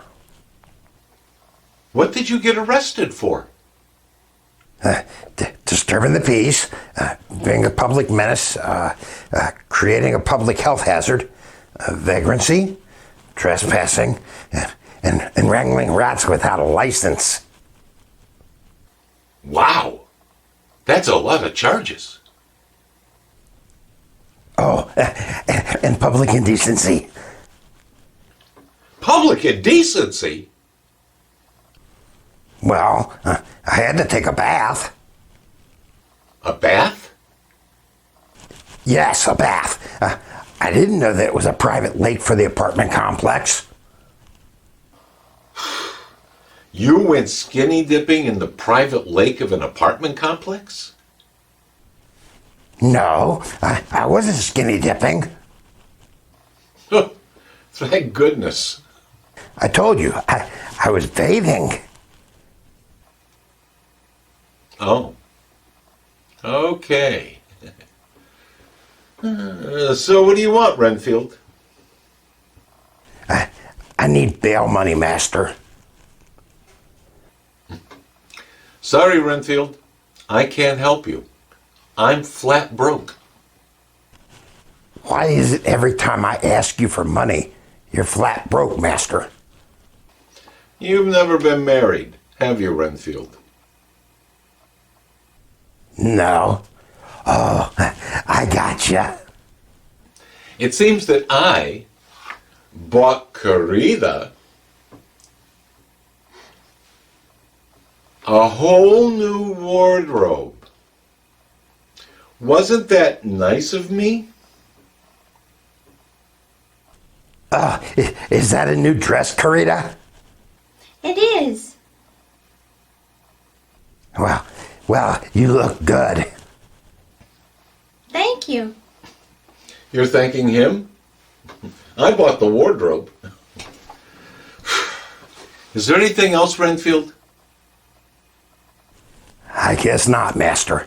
I suppose I'll just have to wait here until my court-appointed attorney shows up.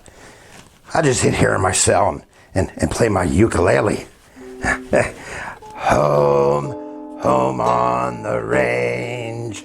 Now my rats have all gotten away. And I don't know why I'm continuing to sing. That's the end of my lines all day. Back to you, Drac.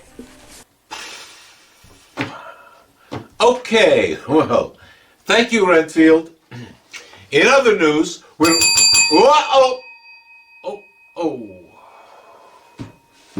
Looks like we're getting more breaking newses. For more on this, and I'm even afraid to say it, we go back to our Countess Carita. Clothes horse? Thanks, Deadest. Sure.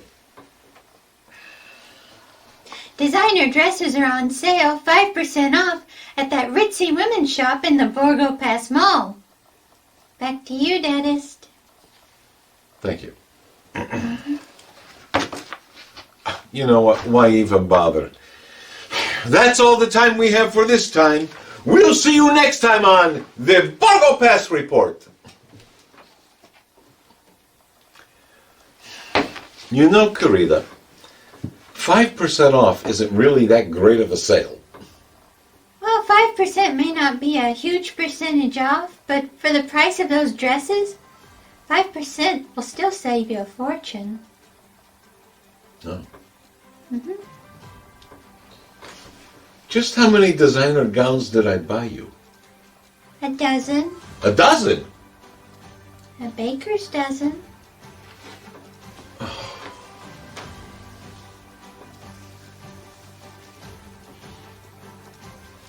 How many cards did you have to use? 3?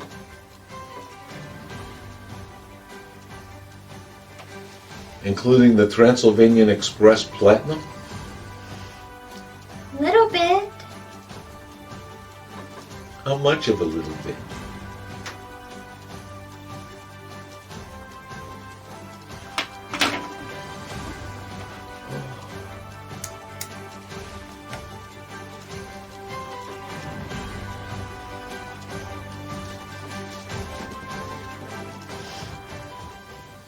And now, here's an editorial comment from the Borgo Pass news director, Groucho. Groucho here. The Borgo Pass news director with an editorial comment. So it's springtime. And you know what that means? It means it's time to get up and do your spring house cleaning. Throw out all that old junk that you just don't want anymore. Why, just this morning I threw out an old broad. Why? Because it's spring and time to sow fresh seeds. Yes, time to sow those seeds. Time to throw open the windows and smell the smells of spring. The trees budding, the flowers in bloom. Time to listen to the sounds.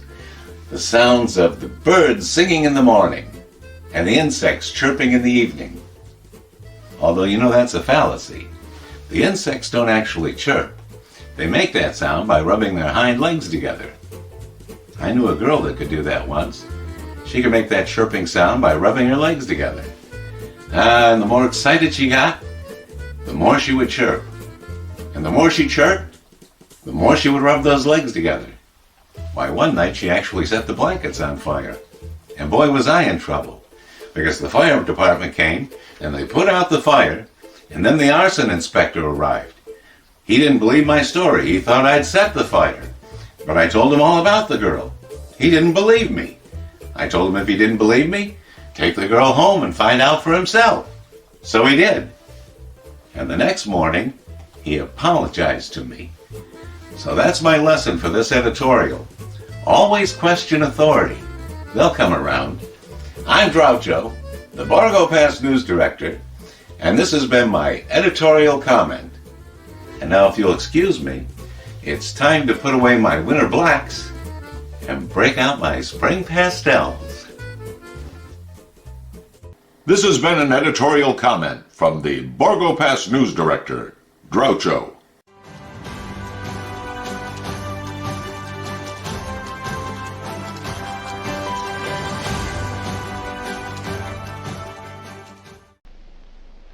Gentlemen, I think I can fit the pieces of this jigsaw puzzle together. Now, here is East 71st Street. This is the coal house, the yard, and the apartment house next door. Now, let's have a look inside. This is McDonald's apartment. Directly opposite is the window of Archer Coe's bedroom. Underneath McDonald's apartment is the cozy little nest of Miss Delafield and her temporary guest, Mr. Grassi. This is the elevator, and here are the stairs that lead directly to the back entrance. From there, it's easy to reach the back entrance to the coal house across the yard. Now, that's the front hall, and here's the library. On Wednesday evening, between 7:30 and 8 o'clock, Archer Coe was sitting alone in that room. Now remember, it was the servant's night off. The killer must have known this when he came in the back door. He was so intent upon what he was planning to do that he must have left the back door open, because from somewhere in that vacant lot came a dog, a Doberman Pinscher, belonging to Doris Delafield. He saw the back door standing open and went in. Meanwhile, the killer was moving along the hall toward the library, making absolutely sure that Archer Coe was alone. He knew exactly where he was going and exactly what he was going to do. He came so silently that it must have startled Archer Coe when he looked up and saw him carefully closing the doors. It is my conjecture, gentlemen, that a terrific argument took place. Archer Coe must have struck him, and as he fell back, he picked up the poker as the first weapon that came into his hand. He struck Archer Coe on the head. Coe collapsed across the desk, his hands groping in the drawer of the desk for his gun. Then, in the blind rage of the moment, the killer saw a Chinese dagger. He seized it and stabbed Archer Coe in the back. Coe probably fell to the floor. Meantime, our Doberman Pinscher was coming closer and closer, probably attracted by the sound of the struggle in the library. As the killer opened the door to escape, he saw the Doberman Pinscher in the hall coming toward him. He again picked up the poker as the dog entered the room. True to the instinct of his breed, the dog sensed an enemy. He leaped. The killer struck, and the dog fell, badly wounded. Now he tried to hide the dagger in the Tingya vase. He dropped it too hard, and the porcelain broke into bits. He picked up the dagger again and went out the same way he came in. Meanwhile, Coe slowly regained consciousness and pulled himself to his feet. You remember, gentlemen, that Dr. Doremus said Coe died of an internal hemorrhage. And that is the key to the whole situation. Archer Coe, already a dying man, walked upstairs. And what is even more terrible, he did not know that he had been stabbed. He went to his room and, feeling a little faint probably, he removed his coat and vest and hung them in the closet where we found them. He put on his pajama top and went to the window and raised the shade. Can you imagine the killer's emotions when, from someplace in the apartment house across the vacant lot, he looked over and saw the man he thought he had killed standing there at the window? He knew then that he had to go back and complete his job to save himself. Feeling very faint by now, Archer Coe went from the window to the chair beside his desk, where he sat down. There, he started to remove his shoes. You remember just how we found him. In the very act of removing them, before he could get one of them entirely off, he died. I don't think he ever knew what killed him. Now we come to the most awful part of the tragedy. Brisbane Coe came back to the house with a cleverly worked out plan for killing his brother. He also knew that it was the servants' night out and that he would not be disturbed. He went down the hall to the library, and from the drawer of the desk, he took Archer Coe's own revolver and put it into his pocket. Then, turning out the light on the desk, he went out of the room. He hung his stick over the chair in the hall and tiptoed up the stairs and into Archer Coe's room. He saw his brother sitting in his easy chair, apparently asleep. I can see him tiptoe across the room. And from somewhere just across the desk, he took out the revolver and with careful aim, he pulled the trigger. Meantime, the killer, believing that he had only wounded Archer Coe, came back by the same route to finish his job. Then Brisbane closed the window and lowered the shade. And returning to the body, he carefully placed the gun in Archer's hand, as though it had been suicide. Then he went to the door, and with the two pieces of string, the pins and the darning needle, he was able to bolt the door on the inside, just as I showed you. A very clever device, gentlemen, which he had discovered in the book of Unsolved Murders, which we found in his suitcase. Then, gentlemen, Brisbane went on down the stairs, little knowing what awaited him there. The killer mistook Brisbane for Archer Coe and drove the dagger into Brisbane's back. Then, to hide the body, he dragged it into the closet.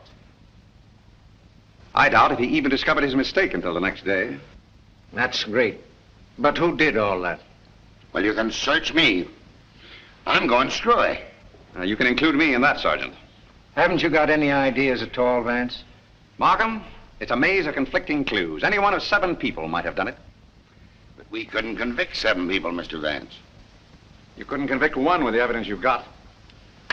Gentlemen, I'm afraid we're completely stopped. Licked. Well, I hate to admit it, but it looks that way. Vance, in all the years we've worked together, I never heard you say that before. I know. I'm sorry, Markham. Well, what are we going to do about it? I don't know. Are you sure you checked up on all the alibis? Every one of them. And you've gone over the fingerprint situation with your boy? Yes, sir. Well, we've slipped up somewhere, Sergeant. But there must be something that we can get our teeth into. Markham, I suggest that you dismiss this case. What? Dismiss it? Yes, turn all the suspects loose. I can just see all the newspapers in this town screaming for a new district attorney. Well, we can probably cover you up all right, Mr. Markham. I've said it was suicide all along. Yes, I know. We could put that solution on it, but I hate to do it. All right, Sergeant. Go ahead. Turn him loose. Turn him loose? Yes. Well, Mr. Vance, this is once we're both stuck.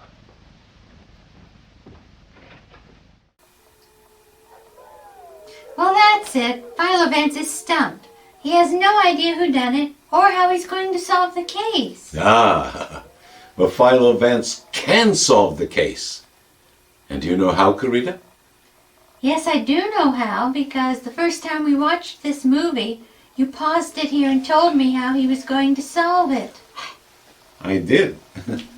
Because you see, Philo Vance thinks this case has him painted into a corner. But he has an ace in the hole, because there was an eyewitness to the crime. Do you think you know who Philo Vance's eyewitness to the murder is? Let's give you a second to think about it. Okay, that's long enough. Let's get back to the movie and see if you were right. I figured it out. Yeah, I know. Because I'm a great detective. Except you didn't know where your wallet was earlier. Or your credit cards.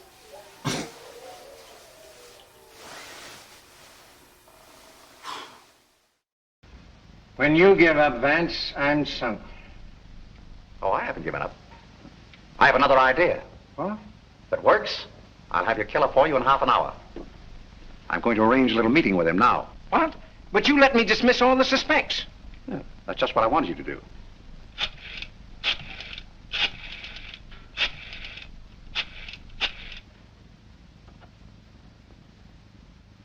Hello? This is Mr. Vance. I hope I haven't disturbed you. I wondered if you'd do me a little favor. Mr. Markham. Yes. I'll see you a minute. That suicide story might work all right for Archer Cove, but I forgot all about Brisbane. Well, never mind about that now. Just release the suspects as I told you. All right. That's it. Yes? That's right.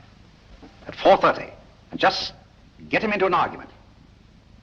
Oh, I'll have him with me. I'm depending on his instinct. That's right. Thanks.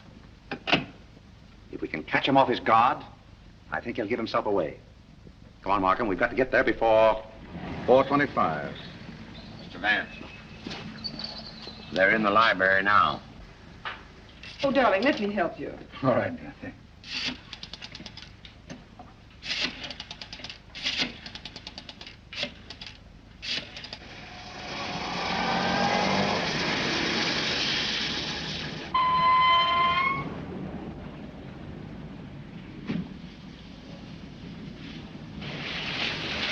Well, it's the first time we've used bloodhounds in police work since I wore high-button shoes. And red flannel underwear? Oh, I always wear red flannel underwear. So do I. I want your bridal suite on the Coronia. They're sailing at midnight. That's right. Thank you. Sailing at midnight. Lady MacDonald. Is it the title that dazzles you so much? Or is it the fortune she'll inherit that makes her so attractive, Sir Thomas? Raymond, are you crazy? It isn't the first time a fortune has bought a title. It so happens I'm not in need of a fortune. Possibly you are. Raymond, you've no right to interfere this way. No right? Well, I'll take that right. You think you're both sailing at midnight? Well, it won't work. You're going all right, Sir Thomas, but you're going alone. Really? Yes, and you're going now, or else...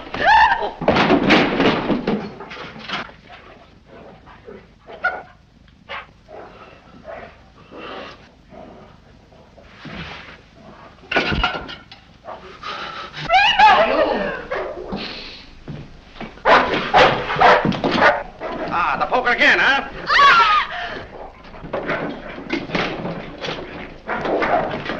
Take him off! Take him off! Oh.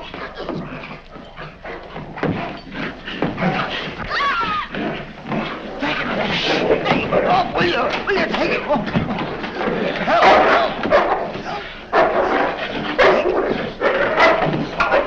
Here, hold him.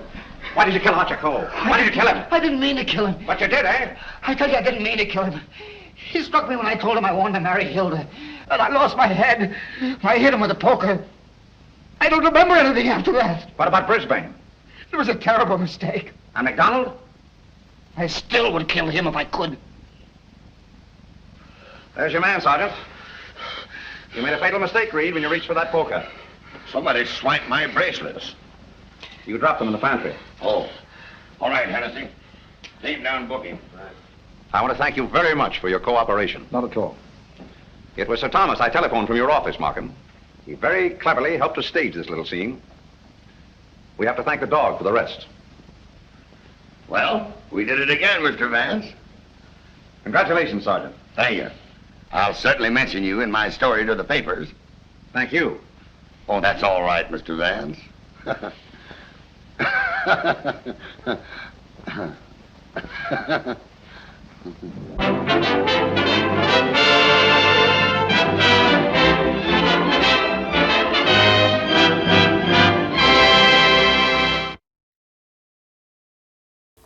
Well, that's our show for tonight. We hope you liked it. We'll see you next time. And until then, remember, fly right. Man. Carita. I can't believe you bought a dozen new dresses. A baker's dozen. A baker's dozen. And shoes. Shoes? How many pair of shoes? 8 pairs. Oh, well, I'm surprised you didn't buy a pair to go with every outfit. Oh, there were boots, too. Boots? 5 pairs. Well, that's a baker's dozen. And handbags. Do I even need to guess? A baker's dozen. Oh. And I also bought some jewelry to accessorize each new dress. Jewelry? You know, Carita, I started this show by being in the doghouse, and I'm ending it by being in the poorhouse. Oh, and did I mention I bought some cosmetics, too? Cosmetics? And perfume, but it wasn't on sale.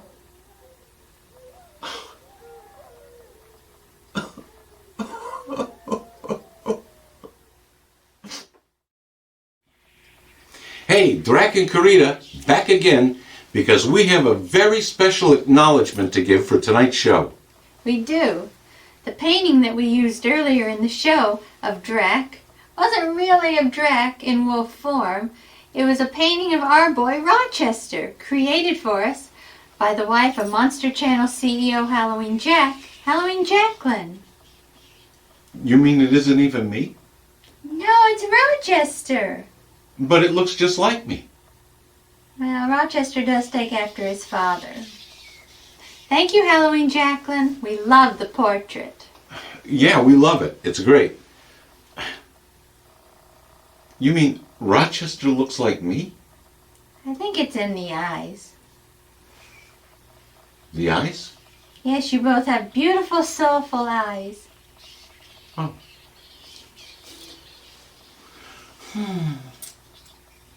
Just dreamy.